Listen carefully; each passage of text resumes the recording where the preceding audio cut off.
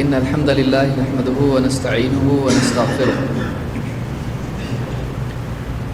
ونعوذ بالله من شرور أنفسنا ومن سيئات أعمالنا من يهده الله فلا مضل له ومن يضلل فلا هادي له وأشهد أن لا إله إلا الله وحده لا شريك له وأشهد أن محمدًا عبده ورسوله أما بعد فإن خير الحديث كتاب الله وخير الهدي هدي محمد صلى الله عليه وسلم وشر الأمور محدثاتها وكل محدثة بدعة وكل بدعة ضلالة وكل ضلالة في النار.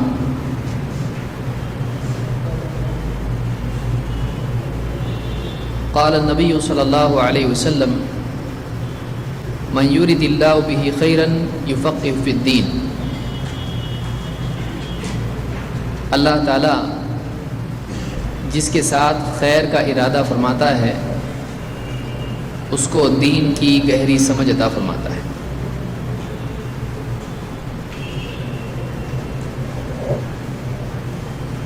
کسی بھی علم کو سیکھنے اور سمجھنے کے لیے کچھ اصول ہوتے ہیں، چاہے وہ انسان کی کتاب ہو، انسان کی بات ہو، یا وہ بات اللہ کی ہو. اگر بنیادی اصول جانے بغیر کلام کے اصول جانے بغیر اگر ایک آدمی اس کو سمجھنے کی کوشش کرے تو بہت بڑی غلطی وہ کر سکتا ہے.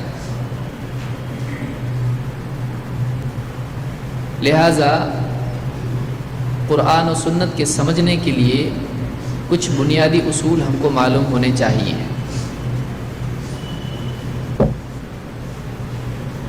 بہت سارے علوم قرآن و سنت سے جڑے ہوئے ہیں. اسماء و رجال کا علم ہے حدیث کے سلسلے میں، جو ہم نے اس سے پہلے جو کورس ہمارا ہوا ہے حدیث کے بعض اصول، اس میں وہ ہم نے دیکھے. اس میں حدیث کی مصطلحات کا علم ہے، مصطلح الحدیث. اسی طرح سے جرح و تعدیل کا علم ہے. اسی طرح سے غریب الحدیث کا علم ہے. اسی طرح سے اور بھی دوسرے بہت سارے علوم ہیں. قرآن کے سلسلے میں بھی مفردات القرآن یا اسی طرح سے تفسیر، اصول التفسیر، ناسخ و منسوخ وغیرہ بہت سارے علوم ہیں. اگر آدمی کو یہ چیزیں معلوم نہ ہوں تو ایک آدمی صحیح نتیجے پر پہنچنے کی بجائے غلط معنی لے کر گمراہ ہو سکتا ہے. اور یہ فطری بات ہے کہ بولنے والے کی بات کو سمجھنے کے اصول اگر نہیں معلوم ہیں، بولنے والے کا انداز اگر معلوم نہیں ہے تو ایک آدمی اس کی بات سے کچھ بھی مطلب لے کر گمراہ ہو سکتا ہے.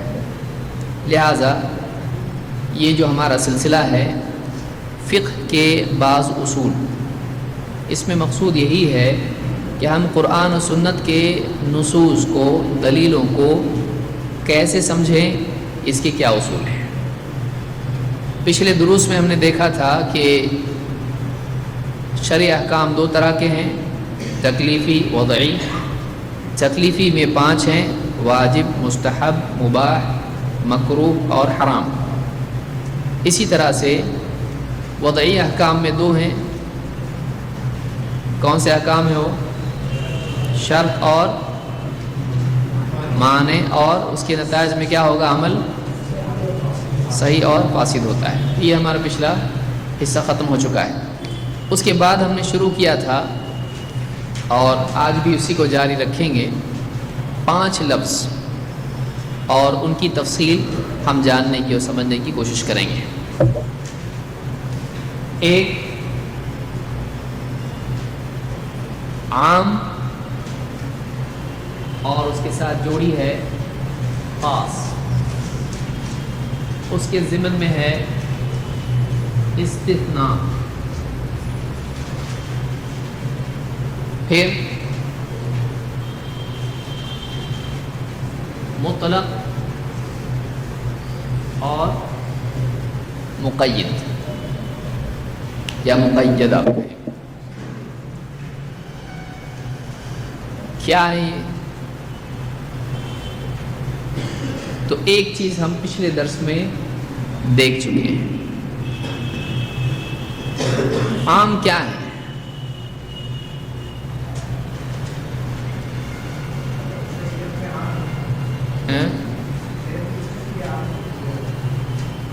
یعنی عام ہو تو وہ کیا ہوتا ہے؟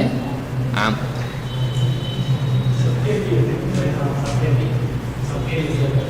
سب کے لیے ہوتا ہے، یعنی والعصر ان الانسان لفی خسر عام ہوتا ہے۔ دیکھیے دو چیزیں ہوتی ہیں، ایک ہوتی ہے ڈیفینیشن اور ایک ہوتا ہے ایگزامپل۔ دونوں ایک دوسرے کے بدل نہیں ہیں۔ ایک ہوتا ہے کسی چیز کی تعریف اور ایک ہوتا ہے اس کی مثال۔ جیسے آپ سے پوچھا جائے کتاب کس کو کہتے ہیں، آپ کہیں قرآن، تو یہ جواب کیا ہوا؟ صحیح ہے کہ غلط ہے؟ صحیح بھی ہے غلط بھی ہے۔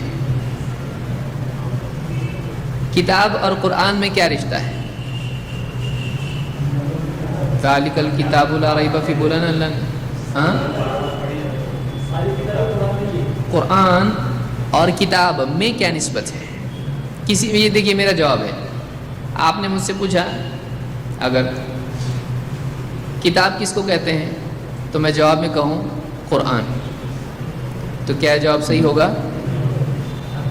یعنی قرآن کو کتاب کہتے ہیں یا کتاب کو قرآن کہتے ہیں؟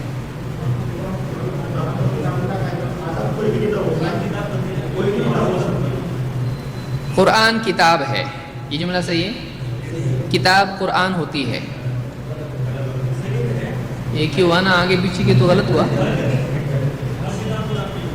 کس کو غلط نہیں لگ رہا ہے؟ ہر کتاب قرآن نہیں ہوتی ہے، لیکن ہر قرآن یعنی قرآن کیا ہے؟ کتاب ہے۔ قرآن ایک ہی ہے، ہاں، قرآن کے علاوہ بھی کتابیں ہو سکتی ہیں یا ہیں؟ ہیں۔ مثال کے طور پر بائبل، زبور، اللہ ہی کی کتابیں، اللہ ہی کی کتابیں، زبور ہے، تورات ہے، انجیل ہے، تو کیا یہ تینوں قرآن ہیں؟ قرآن نہیں، تینوں پڑھی جانے والی کتاب نہیں ہے، تو قرآن نہیں ہوئی، اللہ نے منسوخ کر دیا اس کو۔ تو قرآن میں سے بھی تو کچھ منسوخ ہے، ان کا نام قرآن نہیں رکھا اللہ نے۔ قرآن کو اللہ نے قرآن میں قرآن کہا، لیکن پچھلی کتابوں کا نام اللہ نے قرآن دیا، تو آپ کیوں گھبرا رہے؟ مطلب قرآن نہیں ہو؟ جب اللہ نے اس کو قرآن قرار ہی نہیں دیا تو وہ پڑھی جانے والی کتاب ہونے کے باوجود قرآن نہیں ہو سکتی ہے۔ سمجھ میں آیا؟ تو عام کے بارے میں ہم دیکھ رہے ہیں کہ عام کیا ہوتا ہے۔ جیسے آپ کو سوال پوچھا جائے کہ کیا کتاب کس کو کہتے ہیں، تو آپ جواب میں کہیں قرآن کو۔ تو اگرچہ قرآن کو بھی کتاب کہتے ہیں اور قرآن بھی کتاب ہے، لیکن یہ تعریف نہیں ہے۔ ویسے ہی جیسے آپ سے پوچھا جائے کہ انسان کس کو کہتے ہیں، تو آپ جواب میں اپنا نام دے دیں۔ کسی کا نام زید ہے، اب اس کو پوچھے انسان کس کو بولتے ہیں؟ زید کو بولتے ہیں۔ ٹھیک ہے، زید انسان، لیکن کیا انسان کی تعریف زید ہے؟ وہ مثال ہے، سمجھ میں آیا؟ وہ مثال ہے، وہ ایگزامپل ہے۔ ایگزامپل کسی چیز کو ڈیفائن نہیں کرتا ہے، وہ اس کو ایکسپلین کرتا ہے۔ اس کی ایک مثال ہوتی ہے جو سمجھنے میں اور واضح اس کو کرتی ہے کہ کہیں دیکھے کہاں ہے وہ، تو اس کے لیے ایگزامپل ہوتا ہے، لیکن وہ ڈیفینیشن نہیں ہوتی ہے۔ سمجھ میں آیا؟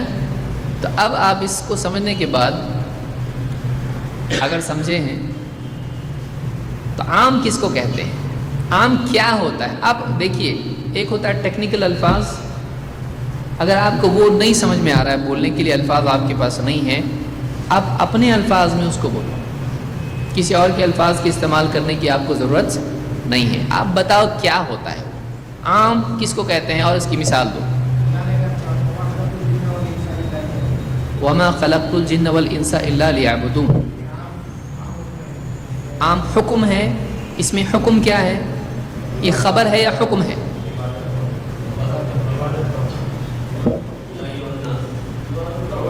ایک ایک لیں گے ابھی. اب ہم کیا بول رہے ہیں یہ ہم غور کریں.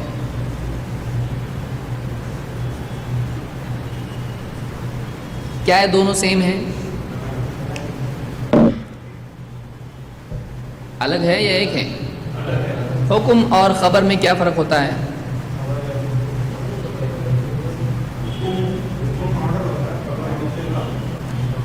خبر اطلاع ہوتی ہے اور حکم کیا ہوتا ہے؟ آرڈر ہوتا ہے. ایک انگلش میں بولے اپنے, ایک مشکل اردو میں. خبر سے زیادہ مشکل اطلاع ہے. بعض اوقات ایکسپلینیشن ٹیکسٹ سے زیادہ مشکل ہو جاتا ہے. خبر کسی چیز کی موجودگی یا ایسا ہے اس طرح کی بات ہوتی ہے. ایسا تھا, ایسا ہے یا ایسا ہوگا, اس کو کیا کہتے ہیں؟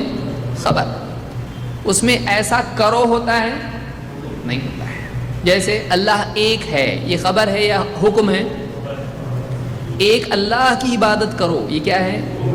اس میں مطالبہ ہوتا ہے. امر میں, امر اس کو کہتے ہیں عربی زبان میں. حکم کو کیا کہتے ہیں؟ امر. اور خبر کو خبر کہتے ہیں. خبر. تو خبر میں کسی چیز کا ہونا یا نہیں ہونا بتایا جاتا ہے, چاہے وہ پاسٹ میں, ماضی میں ہو, یا حال میں ہو, یا مستقبل میں ہو. جیسے قیامت آنے والی ہے, وَأَنَّ السَّاعَةَ آتِيَةٌ, تو یہ کیا ہے؟ خبر ہے. قیامت کی تیار وَلْتَنْظُرْ نَفْسٌ مَا قَدَّمَتْ لِغَدٍ, ہر ایک دیکھ لے کہ اس نے اپنے کل کے لیے کیا آگے بھیج رکھا ہے. یہ کیا ہے؟ خبر ہے یا حکم ہے؟ یہ خبر ہے نا. دیکھ لے تو دیکھنا پڑے گا یا ہاں خالی بولیں گے سمجھا؟ اس میں مطالبہ ہے. اللہ ہم سے کچھ چاہ رہا ہے اس میں؟ نہیں نا. ہر ایک دیکھ لے, دیکھنا چاہیے, دیکھو کہ تم نے اپنے کل کے لیے کیا بھیجا ہے. تو اس میں حکم ہے کہ نہیں ہے؟ وَلْتَنْظُرْ امر ہے. یہ واجب ہے. واجب ہے کہ نہیں ہے؟ کیسے معلوم پڑا آپ کو؟ اللہ نے اس کا ہر ایک دیکھ لے کہ اس نے اپنے کل کے لیے کیا آگے بھیج رکھا ہے. یعنی وہ دیکھے کہ میری زندگی قیامت میں کامیابی کی طرف جا رہی ہے ناکامی کی طرف. اپنا محاسبہ, اپنا تجزیہ, اپنا جائزہ لے لے. تو ایک ہوتی ہے خبر, ایک ہوتا ہے حکم. تو اب ہم نے دیکھا کہ عام, تو عام کے بارے میں وَمَا خَلَقْتُ الْجِنَّ وَالْإِنسَ إِلَّا لِيَعْبُدُونَ, یہ کیا ہے؟ خبر ہے یا امر ہے؟ میں نے جنات کو اپنی اور انسانوں کو اپنی عبادت کے لیے پیدا کیا, یہ خبر ہے یا حکم ہے؟ خبر ہے. اس کا تقاضا ہے کہ وہ کریں عبادت, لیکن یہ فی نفس ہی یہ چیز کیا ہے؟ ایک خبر ہے. تو عام کی ڈیفینیشن آپ کے پاس کیا ہے؟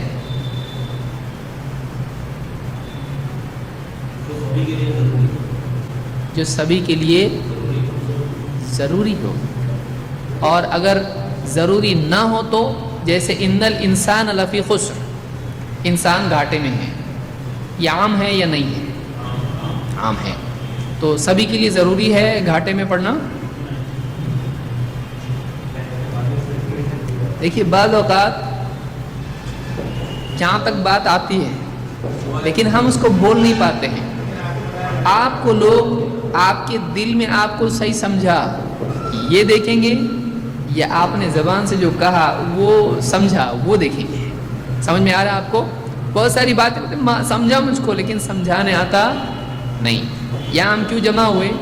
دو کاموں کے لیے جمع ہوئے, ایک سمجھنے کے لیے, دوسرے سمجھانے کے لیے. تو سامنے والے کو آپ کو سمجھا کہ نہیں سمجھا کیسا سمجھیں گا؟ جب آپ سمجھائیں گے. صحیح بتائیے. ابھی تو کام پہ ہی، ابھی جام پہ جانا ہے ہم کو. ہاں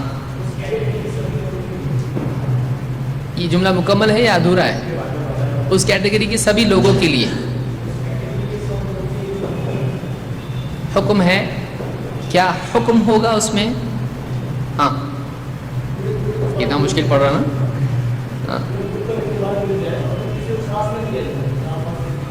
کوئی بات کسی پورے گروپ کے لیے بولی جائے اور کسی کو اس میں سے خاص نہ کیا جائے تو اس کو عام کہتے ہیں.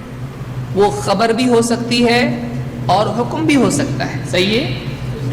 ایک بات کسی جماعت کے لیے، کسی کیٹیگری کے لیے، کسی یعنی فرد کے لیے، پورے اس کے طبقے کے لیے بولی جائے، انسانوں کے لیے، جنات کے لیے، جانوروں کے لیے، سب کے لیے ہو سکتی ہے، تو اس سے متعلق کسی بھی گروہ کے لیے وہ بات بولی جائے اور اس میں کچھ کو کاٹ کے الگ نہ کیا جائے بلکہ وہ سب کے لیے بولی جائے تو اس کو کیا کہتے ہیں؟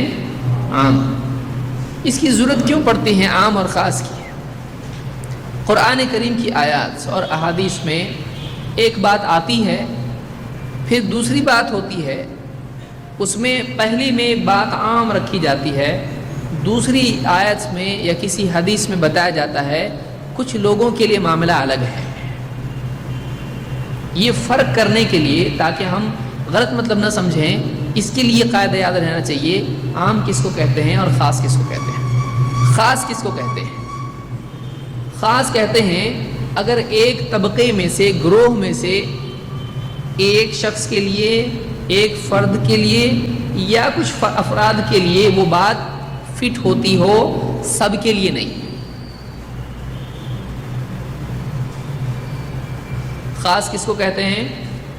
کہ ایک خبر یا ایک حکم، ایک خبر یا ایک حکم کسی گروہ کے بعض افراد کے لیے ہو، سب کے لیے نہ ہو، تو اس کو کیا کہتے ہیں؟ تب کہتے ہیں کہ یہ بات فلاں لوگوں کے لیے، ان لوگوں کے لیے خاص ہے، یہ خبر خاص ہے یا یہ حکم کیا ہے؟ خاص ہے. اس کی مثالیں ہم دیکھیں گے تو اور زیادہ آپ کے لیے واضح ہو جائے گا. مثال کے طور پر اللہ تعالیٰ نے سورۃ البقرہ میں آیت نمبر 228، آپ لکھ لیں اس کو. اللہ تعالیٰ نے فرمایا وَالْمُطَلَّقَاتُ يَتَرَبَّصْنَ بِأَنفُسِهِنَّ ثَلَاثَةَ قُرُوءٍ. یہ آپ نہیں لکھیں گے لیکن کم سے کم آپ حوالہ لکھ لیں تاکہ گھر میں جا کے آپ دیکھیں. وَالْمُطَلَّقَاتُ يَتَرَبَّصْنَ بِأَنفُسِهِنَّ ثَلَاثَةَ قُرُوءٍ. وہ عورتیں جنہیں طلاق دیا گیا ہے، مطلقہ عورتیں، وہ اپنے آپ کو 3 قروء تک رو کے رکھیں، یعنی وہ نکاح نہیں کر سکتی ہیں. ان کی عدت کتنی ہے؟ 3 قروء. قروء کے معنی کیا ہے؟ طہر، حیض آیا پاک ہو گئی 1 قروء، قرء جس کو آپ کہیں گے. تو ایسے 2 3، تو یہ کیا ہے؟ مطلقات کے لیے کتنا ہے؟ کتنے تک رکنا پڑے گا ان کو؟ اس کی عدت سبھی جانتے ہیں، اس کو مطلب 3 طلاق ہوتے ہیں، تو اس میں 1 طلاق دے کے بھی آدمی عورت سے دور رہے اور پھر آپ الگ ہو جائے گی. ٹھیک ہے. والمطلقات يتربصن بانفسهن 3 قروء. 3 قروء تک ان کے لیے اپنے آپ کو رو کے رکھنا ہے. لیکن قرآن کی دوسری آیت ہے یہاں پر سورہ الاحزاب میں آیت نمبر 49، اس میں اللہ تعالیٰ نے ایک بات کہی ہے اور وہ ایک خاص کیس کے بارے میں ہے، وہ عام نہیں ہے، وہ خاص ہے. اس میں ساری مطلقات کے بارے میں بات آئی، ہم نے جو بات کہی، اور مطلقہ عورتیں ایسا کریں 3 قروء تک اپنے آپ کو روکی رکھیں. تو یہ کس کے بارے میں ہے؟ تمام ہیں کہ نہیں؟ یہ ساری مطلقات آئیں کہ نہیں؟ اس میں طلاق والی عورتوں میں سے کوئی ایک خاص کیٹیگری اس میں بتائی جا رہی ہے. ساری طلاق والی عورتوں کے بارے میں آئے گا، یہ ہر عورت کے بارے میں آئے گا. کوئی عورت اس سے باہر جا رہی ہے؟ نہیں. طلاق شدہ ساری عورتوں کے بارے میں یہ بات ہے. اس کو کہیں گے، کیا کہیں گے؟ یہ کیا ہے؟ مطلقہ عورتوں کے بارے میں یہ حکم عام. کیا اس کا کوئی مخصص ہے؟ یعنی اس کو کوئی خاص کرنے والی آیت ہے، اس میں سے کچھ اور حکم آیا ہے جو کسی خاص طبقے کے لیے ہو؟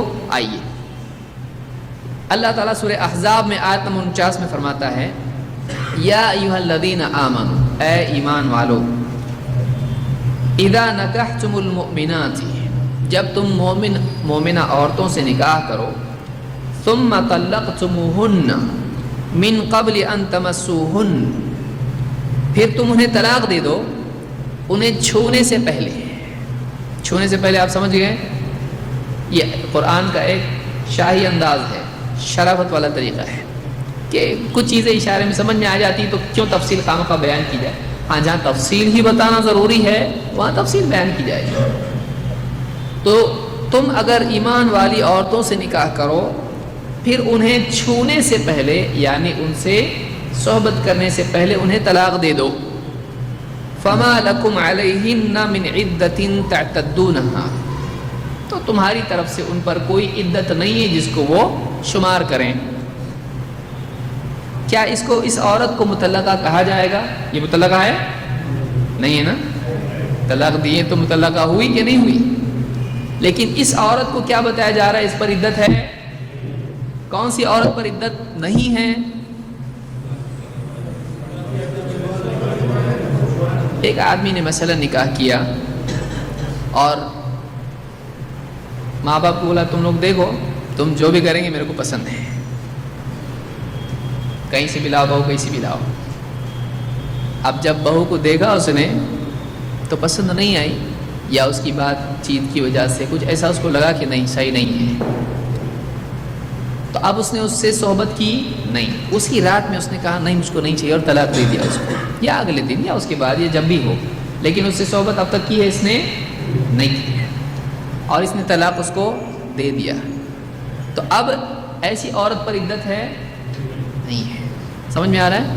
تو ایک وہ عورت ہے جس کے ساتھ صحبت ہوئی ہے، اور ایک وہ عورت ہے جس کے ساتھ صحبت نہیں ہوئی ہے۔ اوپر کی آیت میں اللہ تعالیٰ نے ایک عام حکم دے دیا، طلاق والی عورتوں کا یہ اصول ہے، وہ کیا کریں، 3 قرء تک یا قروء تک اپنے آپ کو روکے رکھیں۔ ان کی عدت 3 قروء ہے، 3 طہر ان کی ہے، لیکن ان میں سے کچھ خاص عورتیں ہیں، کون سی؟ جن کو شوہر نے چھوا نہیں، تو ان کے لیے ایک خاص حکم ہے، وہ کیا ہے؟ ان کے لیے عدت نہیں ہے۔ کیا یہ حکم سب کے لیے ہو سکتا ہے؟ کیا وہ عام ان پر بھی لادا جا سکتا ہے؟ نہیں۔ تو ہم کہیں گے عام حکم تو یہی ہے کہ مطلقات کے بارے میں 3 قروء تک انہوں نے رکنا ہے، عدت ان کی 3 طہر تک ہے، لیکن اس میں سے خاص ہیں وہ عورتیں جن کے ساتھ ان کے شوہر نے صحبت نہیں کی ہے، ان پر عدت نہیں ہے، تو وہ عام ہے اور یہ کیا ہے؟ خاص ہے۔ سمجھا؟ سمپل ایک دم۔ دوسری مثال سورہ نساء میں آیت نمبر 11 میں اللہ تعالیٰ فرماتا ہے یوصیکم اللہ فی اولادکم، اللہ تمہاری اولاد کے سلسلے میں تم کو خاص وصیت کرتا ہے، للذکر مثل حظ الانثیین، تمہاری اولاد کے سلسلے میں تو کسی خاص کی اولاد کے بارے میں ہے یا سارے ایمان والوں کو ہی شامل ہے؟ اور ان کی اولاد جب کہا اللہ نے تو ساری اولاد آئی کہ نہیں آئی؟ تو یہ کیا ہے؟ اس میں عام بات بتائی جا رہی ہے، سب کے لیے ایک جنرل بات ہے کہ اللہ تمہاری اولاد کے سلسلے میں تم کو وصیت کر رہا ہے، کیا؟ للذکر مثل حظ الانثیین، مذکر کے لیے، بیٹے کے لیے کیا ہے؟ 2 بیٹیوں کا حصہ ہے۔ للذکر مثل حظ الانثیین، یعنی ایک کا حصہ مرد کا، بیٹے کا 2 بیٹیوں کے برابر ہے، یعنی 2 دگنا اس کو کہیں گے۔ اس کو اگر 1 ملتا ہے عورت کو تو اس کو 2 حصہ ملے گا، یعنی 2 بیٹیوں کے برابر 1 بیٹے کو ملے گا، ان کا دونوں کا ملا ہے 2 ہو جاتا ہے، 1 اس کو 2 ملے گا۔ یہ کیا ہوا؟ عام۔